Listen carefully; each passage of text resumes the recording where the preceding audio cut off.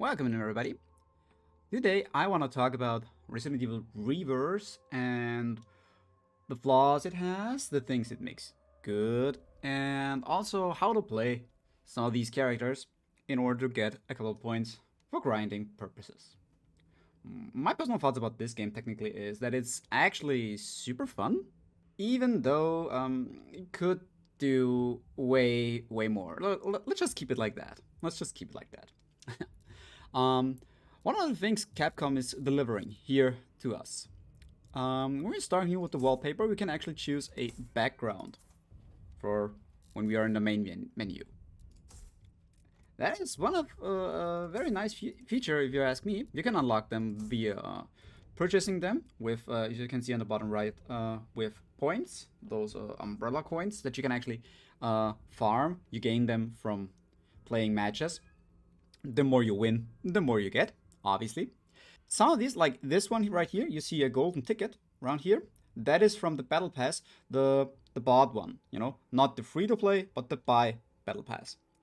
There's also definitely, yeah, right, this one right here, that has a purple ticket, and that means it's coming from the free to play battle pass, which brings us to the battle pass.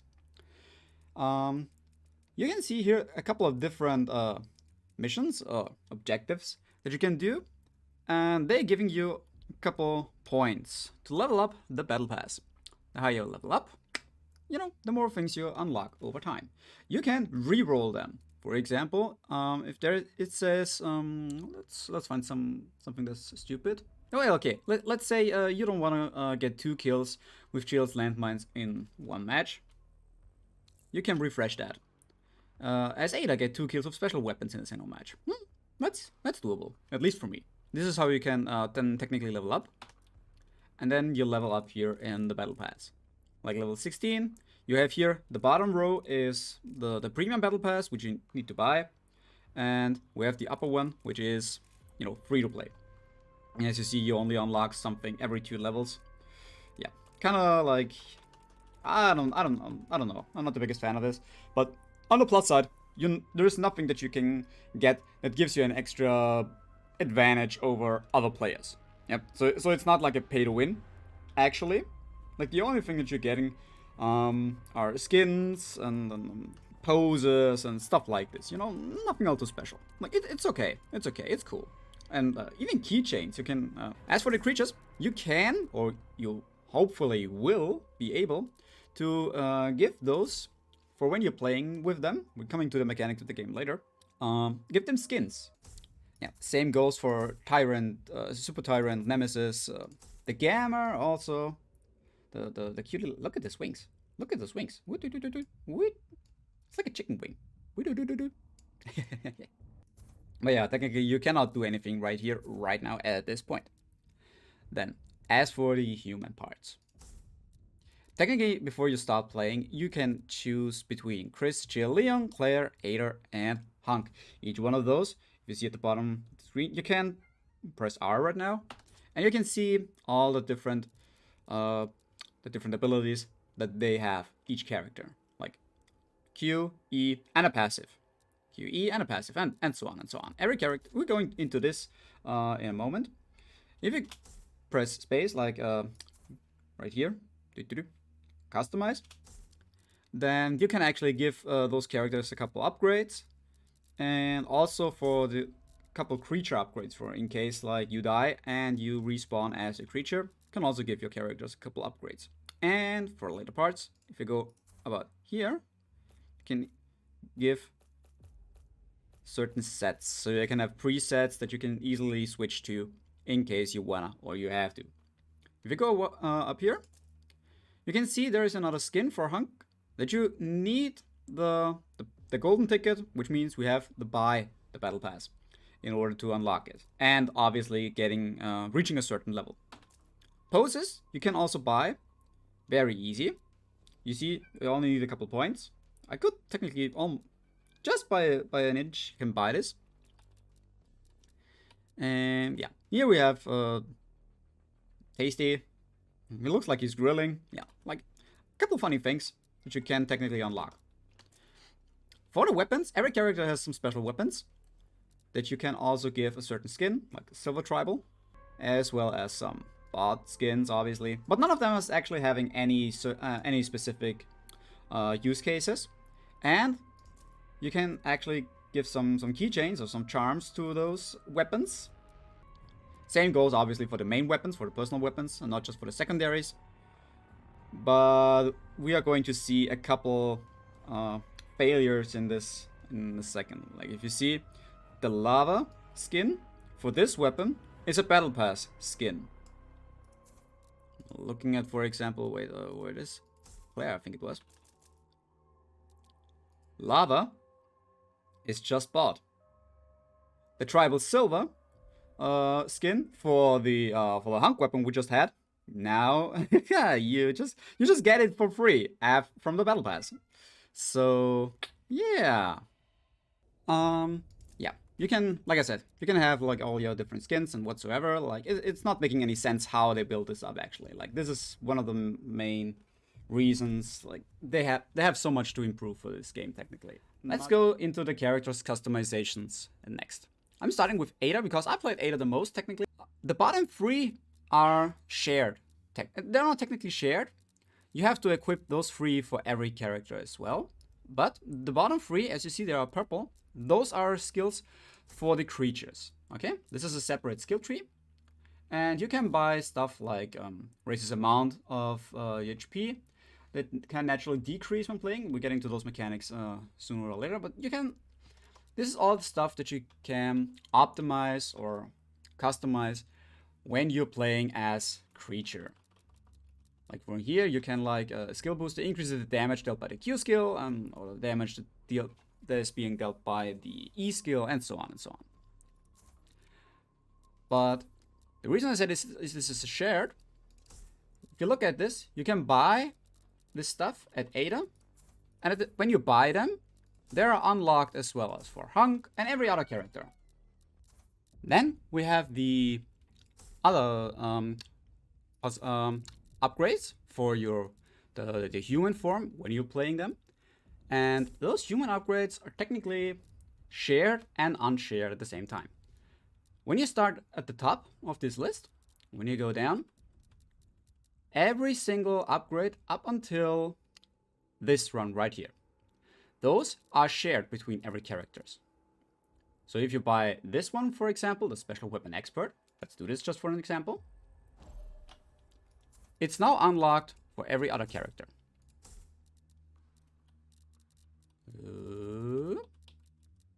There we go. See, it's unlocked now, and I could equip it.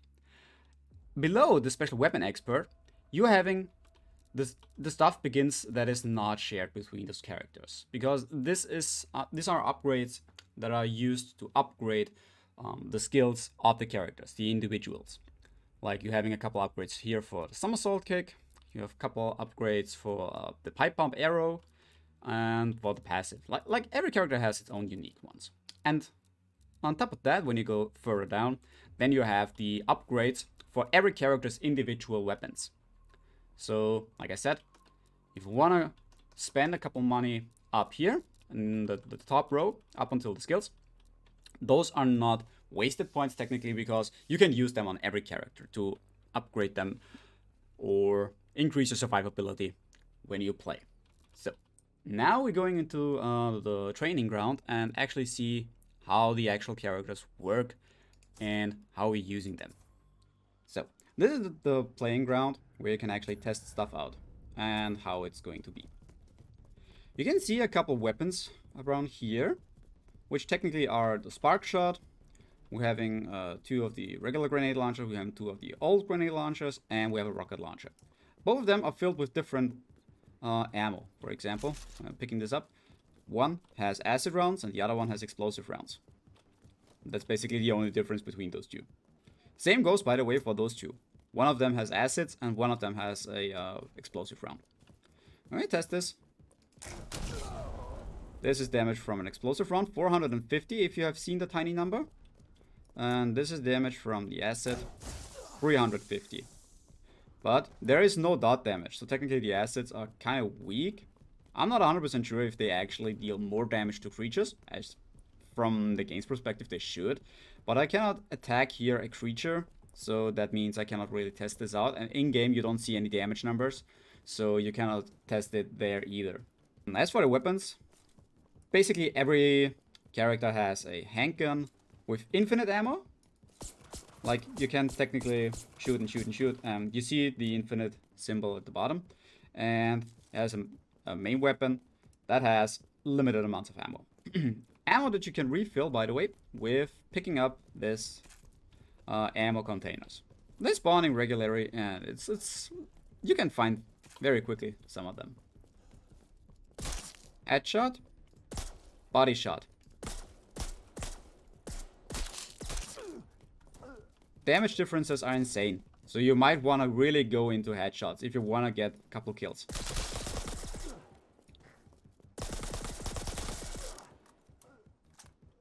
And there are also critical hits, not technically for headshots, but also every now and then. You see, 65 and 81s were also there. So there are critical hits that you can land, so increasing a critical bonus is not always a wrong choice. Then you're finding these ones. We're going into this in a moment, but collecting those containers grant you certain transformations once you die. Herbies, that you see over there, once your HP lowers, you can go and pick them up. Right now it says HP full, obviously. You can go to this guy. He shoots a couple times at us. Now we're on caution. And now we're in fine again. It's not restoring the full amount of HP. Like, there are perks that you can equip that actually increasing the amount of HP per herb you're picking up. But that's basically it. As you see, 413. The secondary weapons are actually not that bad. In some situations, the secondary weapons are actually better than the main weapons. Yeah, so don't underestimate them. Make use of them if you need to. Even though the accuracy is not always the best. As for the abilities, now we're going to each character's individual abilities. So, for Chris, on his Q, this state makes him immortal. He cannot die in this state. It's not lasting very long, but at the end of the day, he won't die. Like, he technically wins every 1v1 with this. Nice. So, now we're in danger. And as you see, this glow over Chris, like this Super Saiyan red glow, that means he's now dealing more damage. Chris's passive increases his damage that he's dealing with every with the lower his HP is getting. It's not that significantly, to be honest. But at the end of the day, if you're making yourself invincible, you're still having a boost, a damage boost, while not dying in a low health state. So this is actually very, very useful.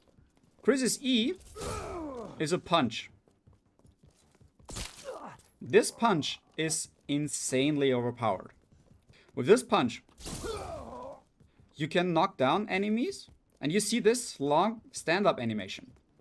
This standing up animation is basically a death sentence if that happens to someone. Or at least it should be, because it takes forever to get up.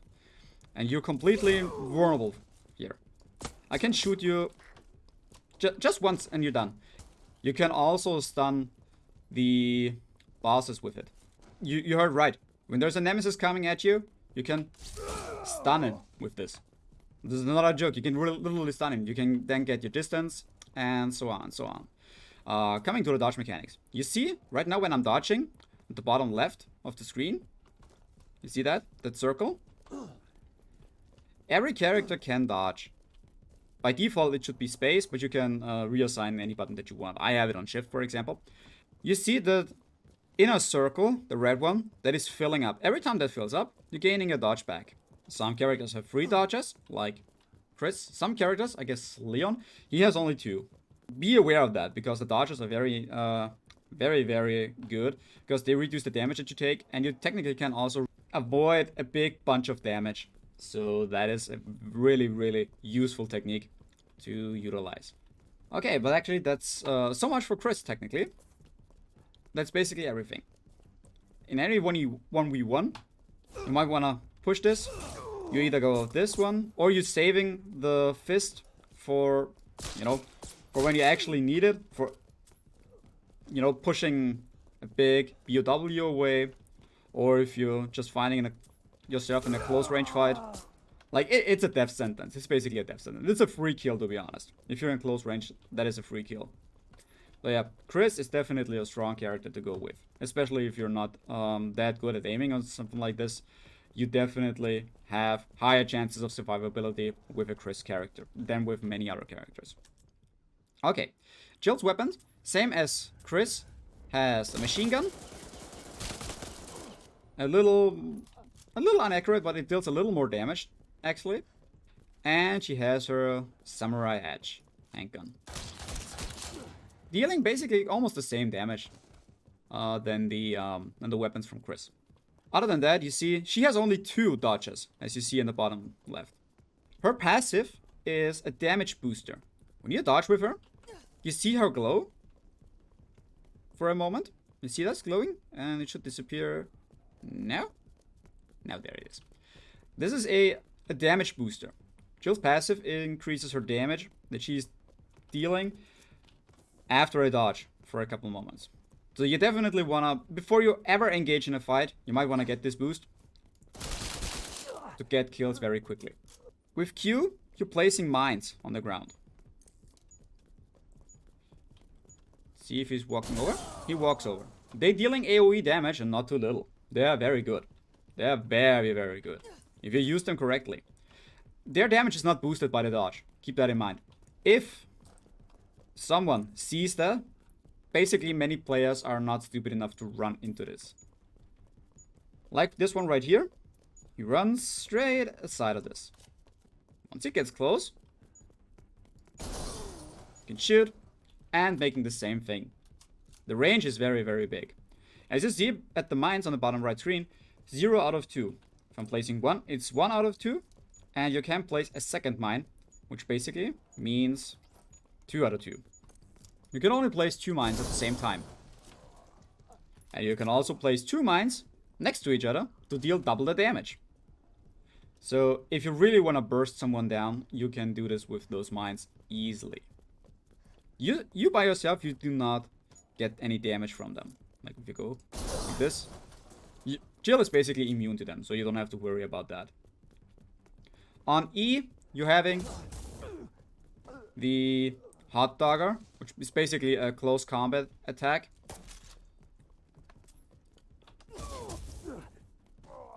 That deals a good amount of damage. A very good amount of damage. You can also use that from the dodge. And to make this 540 damage. So if someone comes right at you, you might want to shoot. Doom. And he's dead.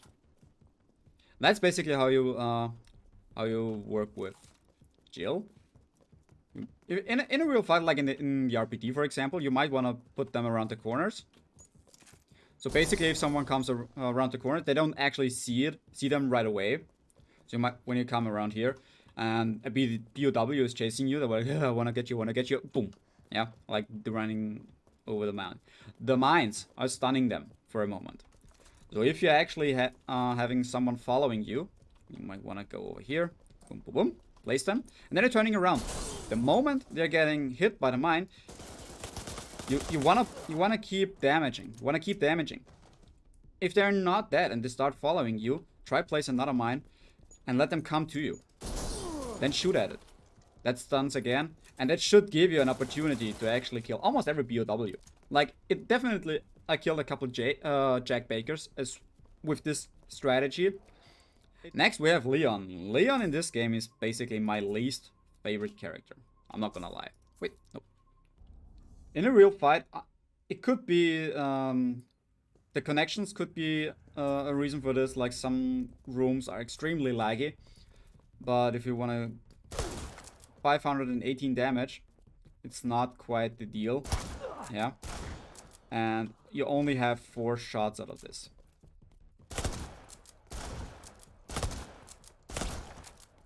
You see this? At this range, you're almost dealing no damage anymore at all with the shotgun.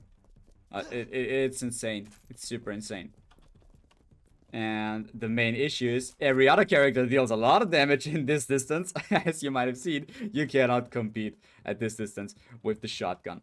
And if you look at the handgun, it's okay. It's okay, but at the end of the day, you cannot compete with a machine gun or whatever. So in any one of those 1v1, Leon will most likely lose. If you're unless you're like at that range with 713 damage, obviously you one-shot, yeah. But you have to get very close in order to get this, and keep in mind, those are not moving targets. If you go for moving targets, they are not that easy to hit. And even if, you see, 551. Because if not, really, every single bullet from the shotgun is hitting, it's not even a one-shot. So much for his weapons and the choice of weapons. Like the shotgun, like I said. From this distance already, you're not even dealing 400 damage anymore, so it's like, yeah. I'm not the biggest fan of him, like I said. His Q ability, on the other hand, is a very, very good ability. He now has dual-wielding handguns with the 2 laser pointers, as you see. And if you're just holding the shoot button, you can deal the damage from a very, very big distance, like a machine gun, technically. Yeah, you're really shooting like a machine gun, and you're dealing a fair amount of damage. It's not like, oh my god.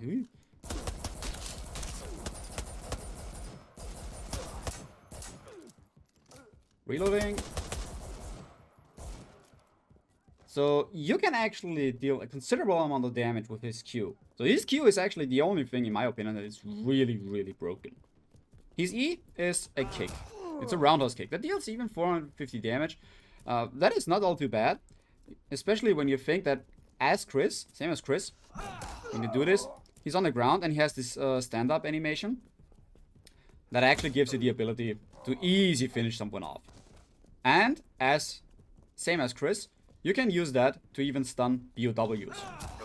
To either gain some distance or get final shots if you actually have the ability to pump in a big chunk of damage. Like I said, kicking, shooting, and you instantly deal a lot of damage. You can quickly finish stuff off, but you have to get close. You have to get really close with Leon, and that is in some instances not that easy. So much for Leon. Let's go to our beloved Claire. Claire is actually one of the most broken characters. I'm not gonna lie. Claire has such a big utility.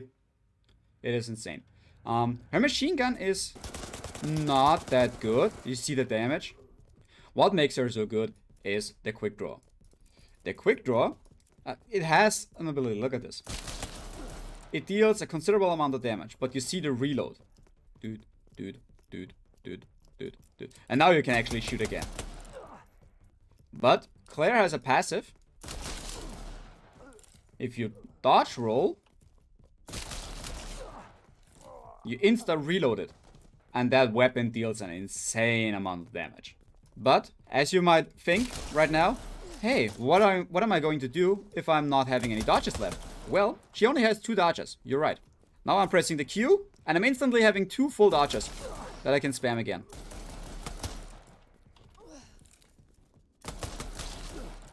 And now I can use them again.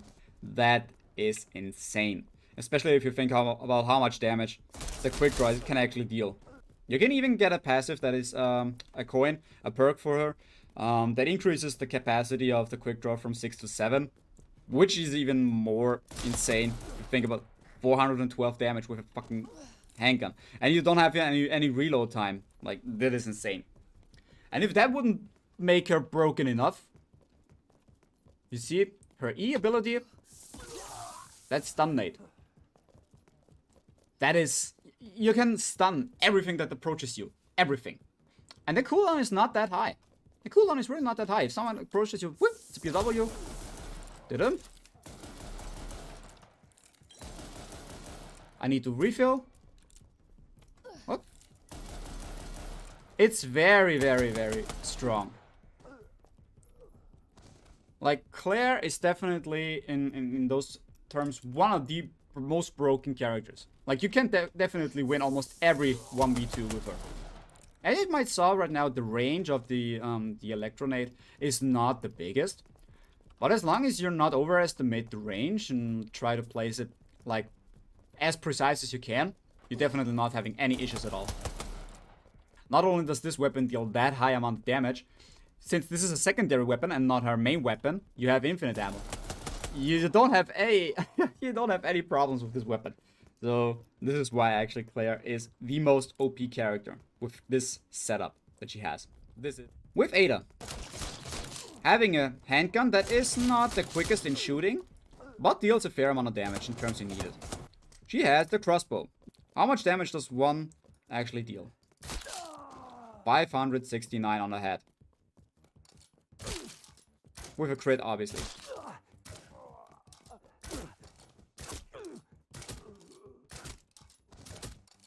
This is insane. If your aim is good, this is an insanely broken weapon, in my opinion. Because with the reload upgrade, you see how quick I can shoot. And it also, as you see, it has a stun ability a little. So you can literally stun lock someone with this weapon. But what you also have are her abilities. Her E is this. It deals a good amount of damage, but it's very, very hard to pull off. The back jump is like, look how she's now facing the camera. And this is where she actually jumps back. But the Q ability also is what makes her very, very good. She jumps up, and you're getting an explosive bolt. That actually deals a good amount of damage. I haven't seen any numbers right now, but actually that deals a good amount of damage. And it stuns at the same time. And what it also does is it shoots the point where you aim at. If I want to do it again. 300 damage. It doesn't deal any headshot extra damage or something. It deals a flat 300 to everyone around it. The downside is you have only one shot. And yeah, and that's basically it. And you have to wait for it to get it back again. It's basically, in a 1v1, you can use it to actually gain a good advantage over the other player. Because, like I said, if you stun someone, especially with a crossbow, and then you actually dealt like 300 damage, you can like one shot in an instant. That is a free kill. In any 1v1, that is a free kill. Except you're facing a Chris, because Chris can actually make himself invulnerable for a couple seconds, as you saw before. Oh, and by the way, speaking about Ada, her passive automatically recovers a small amount of stamina and briefly gains the ability to dodge regardless of any other conditions when HP reaches a critical level. Basically means when you're getting into the critical condition, you can insta dodge. This doesn't mean that you can actually getting away or that you're being invulnerable. All you have is just having an extra dodge that you can use to get away from the action. But at the end of the day, it most likely won't help you at all. It's good, but as long as there is no one else saving your ass that actually helps you out, you're still going to lose anyway. And now, last but not least, we're having Hunk. Yeah, what can we say about our Mr. Reaper here? Well, his machine gun is dealing like the same amount of damage as any other machine guns in the game, so it's not all too special. It's just super loud. His handgun, on the other hand, deals like the same amount of damage as the quick draw, as you see. So it's actually a very strong handgun, not gonna lie. But that was everything he has to offer. If you look at his Q ability, it makes himself transparent. Don't think that you really be invisible. In some instances, it seems like Hunk looks a little invisible. Well, honestly, the only thing is creatures having a heat vision, something like this. They can detect this guy, this running guy, behind objects, for example. If Hunk has this activated, that is not possible anymore. But that's basically everything. Like, you have probably fought already a Hunk and was wondering why he's like this. Yeah, that is his ability. His E is this one right here. That only deals like 400 damage and has a very, very close range. Like, that is very, very short. It's supposed to deal, that is his passive. Once you're You're dealing instead of 400, 480 damage once you're in this invisibility state. And it also extends the invisibility, which in my opinion doesn't make any sense. Because, yeah, everybody knows where this is. So, yeah. Like I said, I think this setup, it is a nice idea, but it's in general, it's basically useless. The complete setup for Hunk is like very, very weak, especially compared to other characters. If you compare it for like to Ada or compared to Claire, it's totally weak. It's extremely weak. So, now we're coming to these weapons again. Like, we have seen already the explosives and the acid rounds with 350 and 450 damage. Then we're having the same thing with this weapon. I don't quite get the difference. Well, let's find out. Maybe there is a difference. 350 damage with the acid and 450 still with the explosive. So I don't get the big difference. Then we have the spark shot, and do we get it? Yep. And the rocket launcher. Those are the other weapons. The spark shot, in my opinion, is the strongest weapon. If you aim, you see it's charging. Yeah, when you look at the weapon, there is a charge filling. It doesn't take very long. So once the charge is full, I think that is a good chunk amount of damage. But nevertheless, its stun ability, it deals a good amount of damage, and you can shoot it like from every distance in the area. Like you can actually shoot that guy in the back. And still dealing the same amount of damage, which is insane. Which is very, very big. And then we get into good old rocket launcher. Be warned, the rockets flying very slow. It's 650 damage, so it's a little bit more than from the spark shot. But don't count on direct hits. Do yourself a favor. Try aim for the foot. You're still dealing the full damage, except if they are too far away. But don't go for direct hits. Do yourself a favor. If you're going for direct hits, you need to have good predictions on where he is, or where he's going to be, because you will miss many direct hits with the rocket launcher if you actually get your hands on a rocket launcher.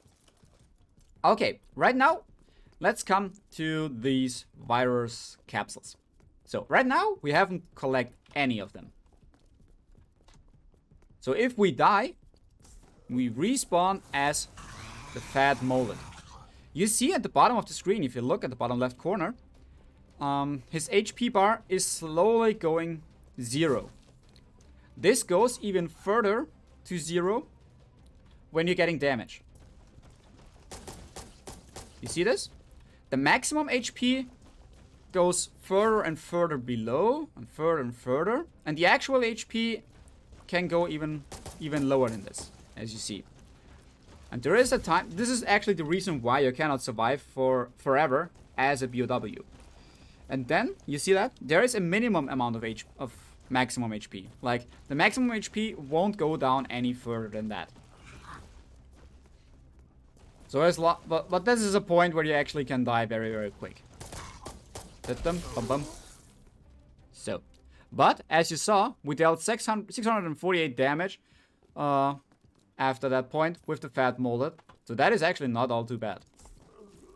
Speaking of which, what abilities does the fat molded actually have?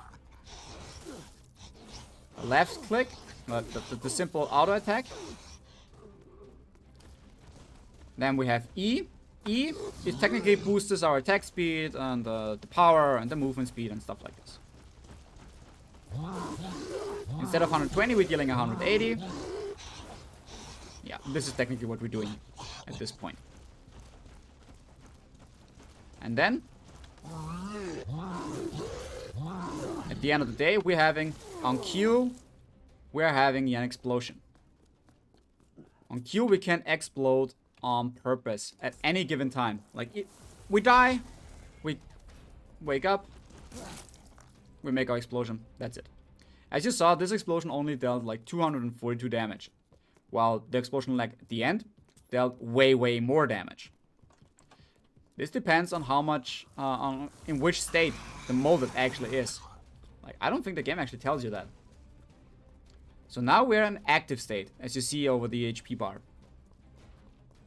Now he's, you see, the lower his HP is getting, you see might notice a little glow over him. So now he's at the weakened state. And now he should glow up in a moment. Like this. You see this? Now he's dealing more damage. Not with the auto attack, but with the explosion. So, and now he should be at the most damage explosion. 648. If not, like, you know, if this critical hits, then obviously we're at the 900 as before. Next, if you're collecting one capsule, one virus capsule, then when you die, you either spawn as Hand the Gamma or Jack Baker. You cannot choose this. It's just random what you get. As a Gamma, or technically as any enemy with right click, as any POW, you can lock on with the right click on any enemy. So once you're running around, the camera is actually locked on. But that only works if someone's actually in your reach. Yeah, like this one here. And yeah, what are you having with this here? Left click attacks. It's basically the same as this, but you have the ability to knock enemies down. And you're also a good chunk amount faster. Having a bigger range with your attacks as well, compared to the molded. With E, you can shoot acid. This staggers for a moment, but it's not that easy to actually aim with it. If you have an enemy that is weakened, with Q, that is a finishing move. Finishing moves give you more points than any other kills. Yeah. If you use this skill to finish someone off, you're getting extra points. If you're using this skill to not finish someone off, let's wait for someone to actually not finish him off. Like this, then you're just dealing damage. Then you can kill someone off with this. You're just getting regular points for a kill, but 1, 2, grab. You can finish off many people at once. 1, 2, grab. That works very well, and this is one of the reasons many people gain a good chunk amount of points. By the way, getting a revenge kill at the same time, like this guy just kill you, you respawning as a Gamma. 1, 2, getting the grab. You're not only getting the finisher, you're also getting the revenge kill. If he's a first place, you're getting extra points for killing the guy on first place, and so on and so on. Like, this is the way you can actually go and cheese so many points from a kill. It's very, very good. So, next thing we're having is Jack. Groovy. Jack can also spawn, like I said, if you only have one virus capsule collected once you die. His auto attacks dealing a fair amount of damage and having a seriously good range.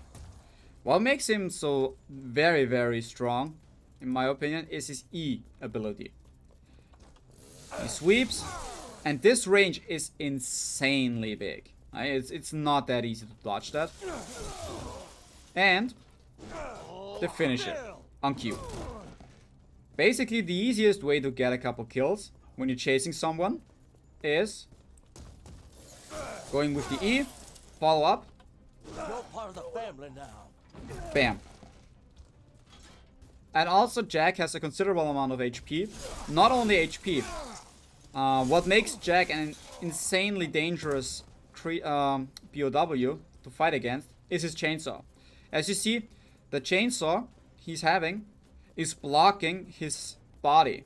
It's not that easy to land any headshots. If you're facing him, try to stagger him as much as you can and aim for his feet. Aim for his feet. Trust me. Like don't even try aiming for his head. It's not any use.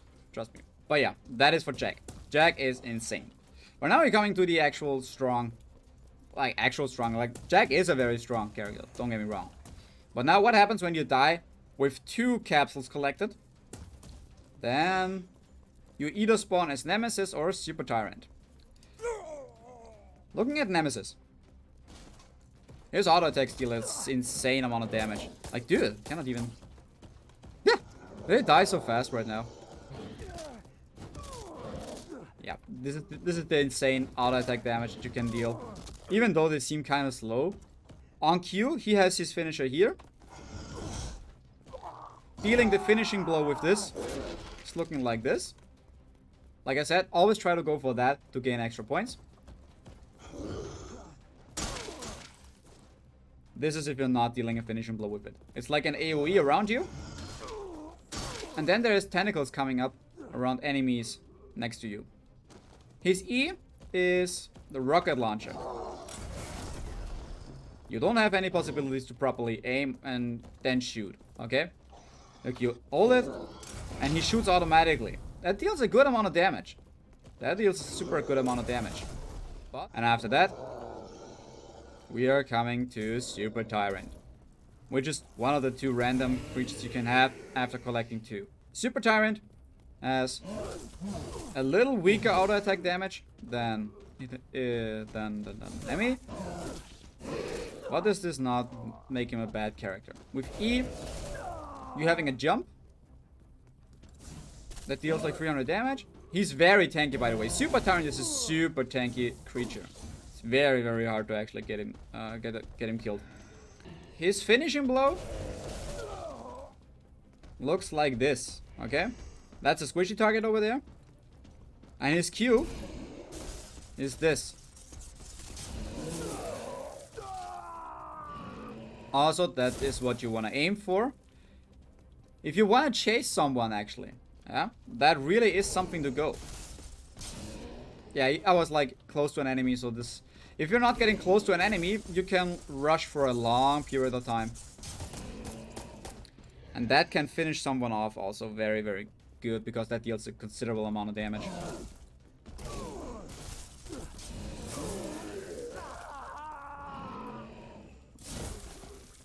Like I said. So much technically for the actual gameplay. Look at the matches, and you can choose it. Can have cross platforms on or not. And yeah, that is basically everything. You can go into it one match just for showcase purposes. You can see how a games actually look alike. But at the end of the day, this is the whole game. Like, you're having your couple characters that are not having that big of a choice.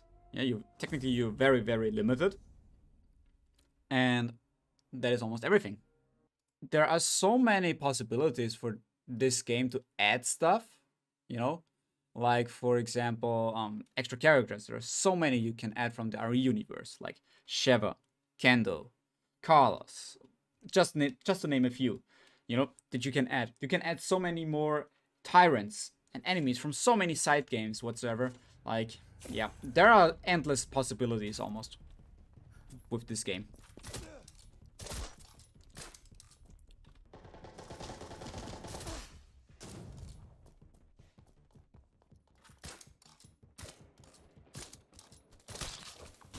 Okay, that was almost that. So now technically, most of the time you wanna try to just instantly blow yourself up, because the molded actually is not that good. But what we found out before is the lower your max HP goes, the more damage the explosion afterwards is actually dealing. So we might want to pick up this here. So now how to deal with that, with Ada.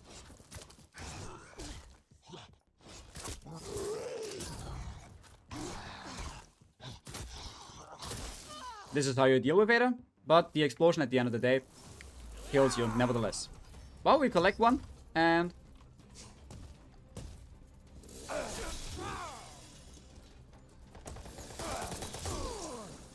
we're getting the revenge kill.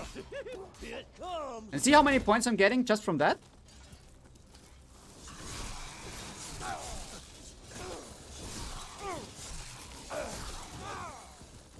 If he decides to blow up early, then this is what's taking you away the kills. BOW against BOW is not always a good fight.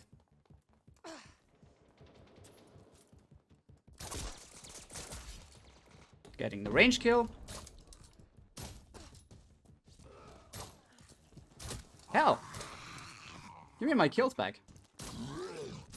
Oh my god, he's invulnerable? No! Oh, I got no ammo. I needed to switch for the handgun.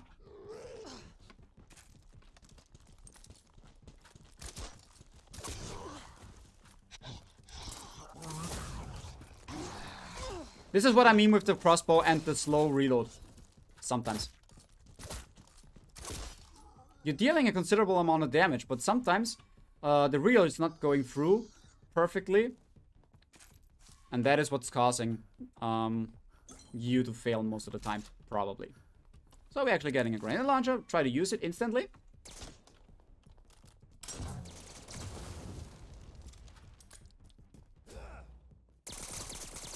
This is what he does. And this is what I do.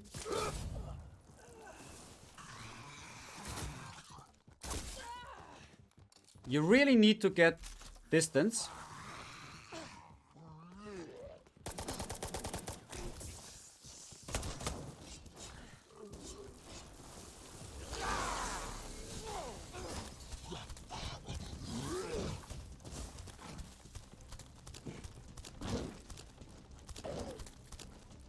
Yeah, look how he's running away. You see, this is what I mean. The acid is not helping at all. Sometimes. Like, he's just running away and just getting an explosion kill. Like hell.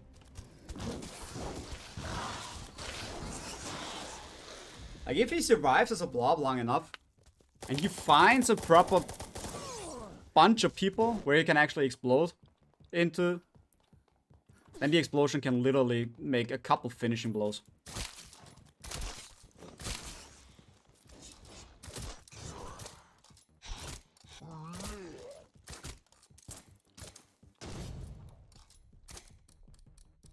Yeah, that was, by the way, a very nice use case for using the crossbow for a super long range. Stun, kick, and you're dead. Like, you don't have that much possibilities.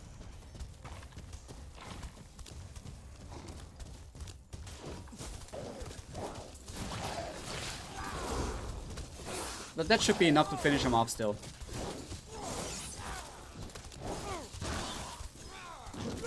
Yep.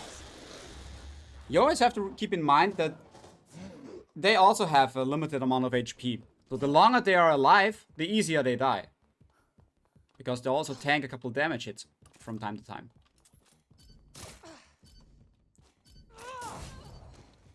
Always using the AoE from your crossbow.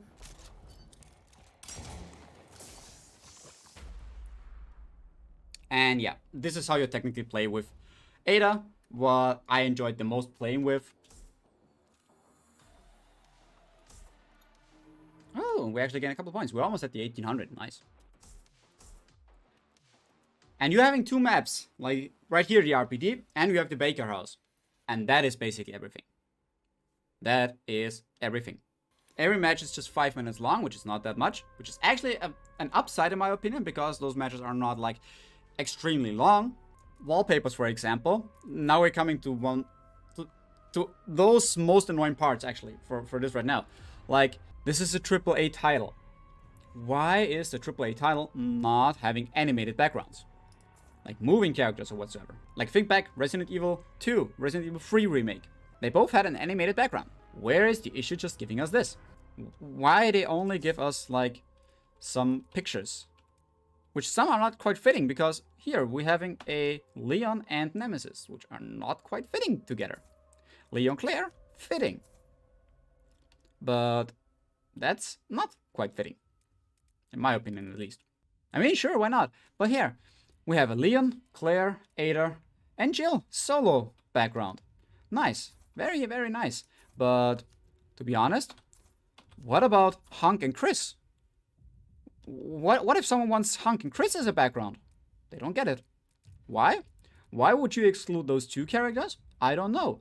Also, I don't know. Why would you have Liam, Claire, and Ada purchasable with 3,500 points, and Jill is only obtainable from the The real currency battle pass.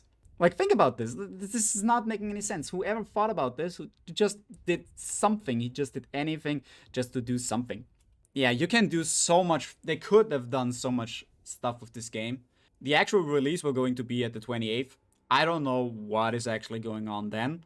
If they are actually unlocking certain stuff correctly or whatever. I am not 100% sure because from what I know, this right here has opened on Monday 24th. Yep, Monday 24th. This is not in any way different than the beta from last year. So the main question is, why did they delay this game so much? The only hope we are having is that there's coming way much more content with this game in like a couple days. This game is actually fun to play. If you play it together with a couple friends, which you can, yeah, it's even more fun, but it's at the moment nothing that is like long lasting or whatever. It's just a fun gimmick and a meme game right now that has a good potential even for RE fans because you can give so much love to this game. But on the other hand, they waste it. They simply waste this. And this is like, yeah. So much for RE-verse. I hope you enjoyed it. Let me know what you think.